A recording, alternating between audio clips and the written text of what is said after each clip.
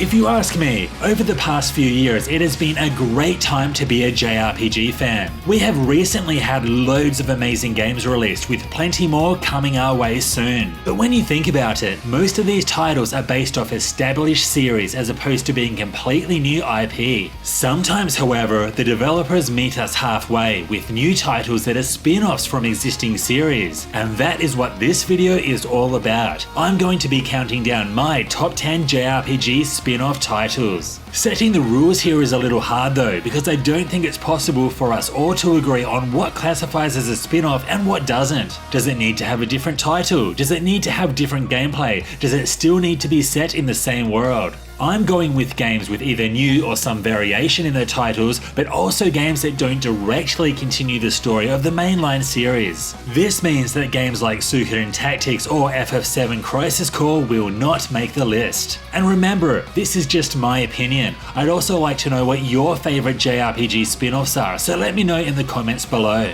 Before we get into it, if you like this video, it would help me out a lot to hit that like button and sub for more RPG content. Also, you can hit that super thanks if you'd like to support the channel. Alright, let's get into it.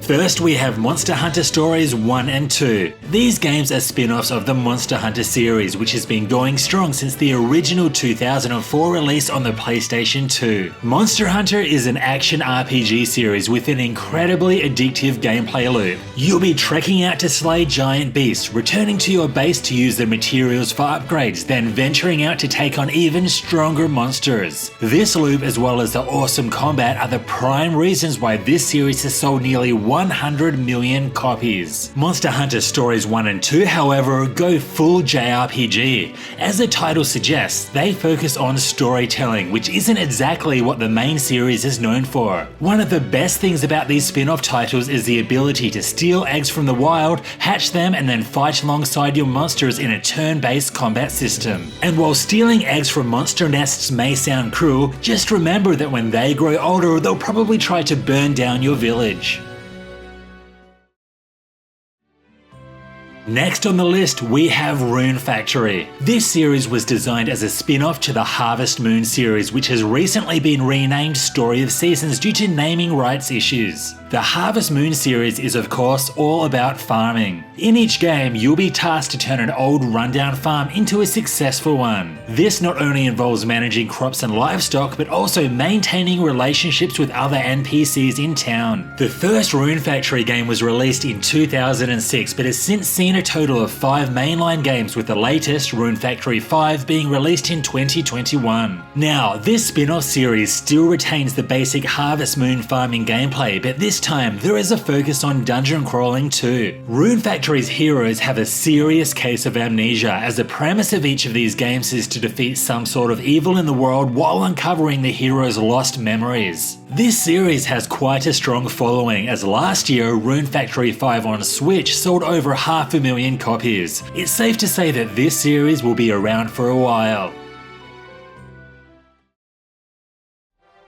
At number 8, we have Dragon Quest Builders. The Dragon Quest series is one of the longest running JRPG series of all time, starting all the way back in 1986. I mean, it was the success of the first Dragon Quest game that gave Squaresoft the confidence to greenlight their own RPG series, which would of course be known as Final Fantasy. Now, the Dragon Quest series has had quite a number of spin-off titles, but the one I'm talking about today is the sandbox action RPG Dragon Quest Builders. This and its sequel Dragon Quest Builders 2 are essentially building games similar to Minecraft. Players build their bases out of blocks and trek out to gather resources and take on loads of monsters. This formula has proven to be very successful, with Dragon Quest Builders 2 selling over 1 million copies worldwide. Next, we have Super Mario RPG Legend of the Seven Stars. This, of course, is a spin-off to the best-selling video game series of all time, Mario. And if you wanted to get technical, you could even say that Mario Brothers is a spin-off to Donkey Kong, but whatever. Now, Mario is probably the most qualified person in the history of video games. He has done everything from sports to racing to time travel. but it's his appearance in 1996's Super Mario RPG that puts him onto this list. This game had all the Mario charm, but this time we had a more elaborate story and turn-based gameplay. There was even a secret boss that's a reference to the Final Fantasy series. Its battle theme is also the boss theme of Final Fantasy IV. Since its release, there has been a number of other Mario RPGs such as Mario and Luigi Superstar Saga and the Paper Mario series, but it's the Legend of the Seven Stars that really started it all. At number 6, we have the Mana series. This series has been going strong for over 30 years and it's even had a load of its own spin-offs including Legend of Mana. What some people may not know is that this series is actually a spin-off to the Final Fantasy series, which is one you may have heard of. In 1991, Seiken Densetsu Final Fantasy Gaiden was released for the Game Boy. On its arrival to the US, it was renamed to Final Fantasy Adventure. Its gameplay differed to the mainline Final Fantasy games and more closely resembled The Legend of Zelda, but with more focus on stats. The next title was named Seiken Densetsu 2, which is what we know as Secret of Mana. Then there's number 3, which has recently been remade as Trials of Mana, and finally number 4, which is Dawn of Mana. We haven't had a new main title in a while, but recently we did get a collection of the first 3 games, as well as a remake of both Secret of Mana and Trials of Mana.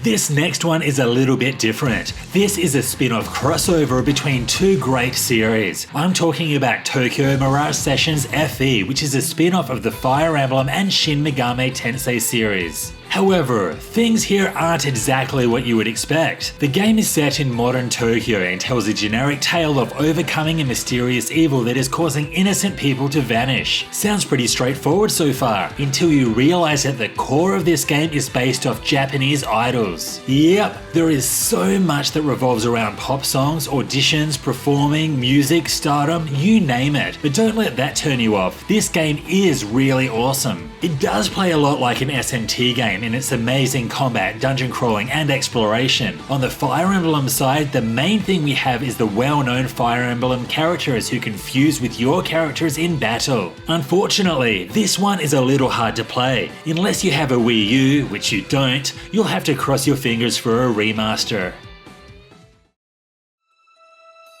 Next up, we have Final Fantasy Tactics, which is, of course, a spin-off to Final Fantasy. Up until this point, the FF series hadn't delved into the SRPG genre, but series creator Hironobu Sakaguchi has always been a fan of these types of games, so it was only a matter of time. However, due to Sakaguchi's active involvement in the mainline FF games, Tactics was instead directed by Yasumi Matsuno. He had just finished directing Tactics Ogre Let Us Cling Together, which was another outstanding SRPG. What he created in FF Tactics, however, is an absolute masterpiece. This game is often labelled as the best strategy RPG of all time, and it's easy to see why. The story is incredible, with plenty of twists and turns, and the tactical combat system will challenge even the most adept at SRPGs. Due to its success, a few more FF Tactics titles were later released, but unfortunately there hasn't been anything new since FF Tactics A2 released in 2007.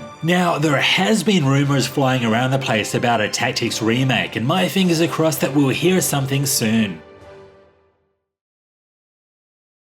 Now things are starting to get really serious. At number 3, we have the Nier series. This series is a spin-off of the Drakengard series, which has 3 titles released between 2003 and 2013. Nier is set in the same world, but in an alternate timeline to Drakengard's 5th ending. Yep, one thing about all of these games is that they have a lot of different endings, and this is one of the things that make the series so cool. The original Nier was a lot of fun, but it's the sequel, Nier Automata, that is the must-play title. The mature writing and story is sensational and the gameplay is highly addictive. And who could forget the music? Damn, this is one of those soundtracks that I've been playing in my car years after the game's release. Nier Automata was highly acclaimed, and this led to a remaster of the original Nier, which is arguably the best way to play the game. It's now been 6 years since the last mainline Nier game, and my fingers are crossed that we'll get another one soon.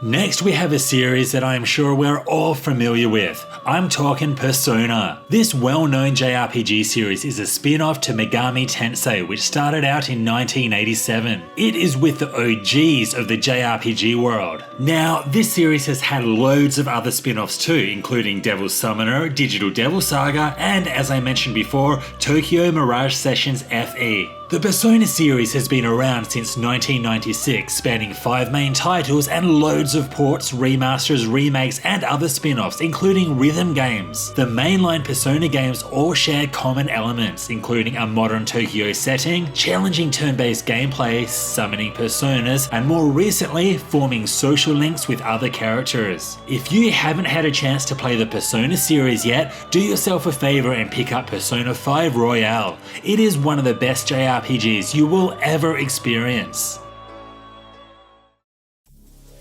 This is the moment you have all been waiting for, the best JRPG spin-off of all time. I'm talking about the Trails series. Things get a little bit tricky here. It all started way back in 1984 with the release of the action RPG Dragon Slayer. Yep, wow, things sure have changed. Anyway, Dragon Slayer eventually led to the Legend of Heroes spin-off series, which includes 3 sub-series. The biggest and latest of these is the Trails series. Now, I only got into Trails a few years ago, but it didn't take long to become absolutely hooked. At this point, there are 9 English releases spanning over 3 story arcs. But what I love so much about Trails is how each of these arcs are connected, with a plethora of characters and plot threads appearing throughout the whole series. Playing the first 8 games and then the most recent title Cold Steel 4 had perhaps the best fan payoff that I've ever experienced in video gaming. It took hundreds of hours to get to that point, but it was so worth it. And the best thing is, this series is still going strong, with the English release of Trails into Reverie set for release in July. If you're into large-scale JRPG series with amazing characters, storytelling, and world building, I don't think you could get better than the Trails series. And to think, it all started here. And there we have it, my top 10 JRPG spin-offs. There are some amazing games on this list, and I hope that each one of them will have additional titles in the future. Before you go, I would love to know what your favourite spin-offs are, and feel free to make up your own spin-off classification rules if you don't agree with mine. This was Hellfire RPGs, thanks for watching. If you like this video, it would help me out a lot to hit that like button and sub for more RPG content. Also, hit that super thanks if you'd like to support the channel. See you next time.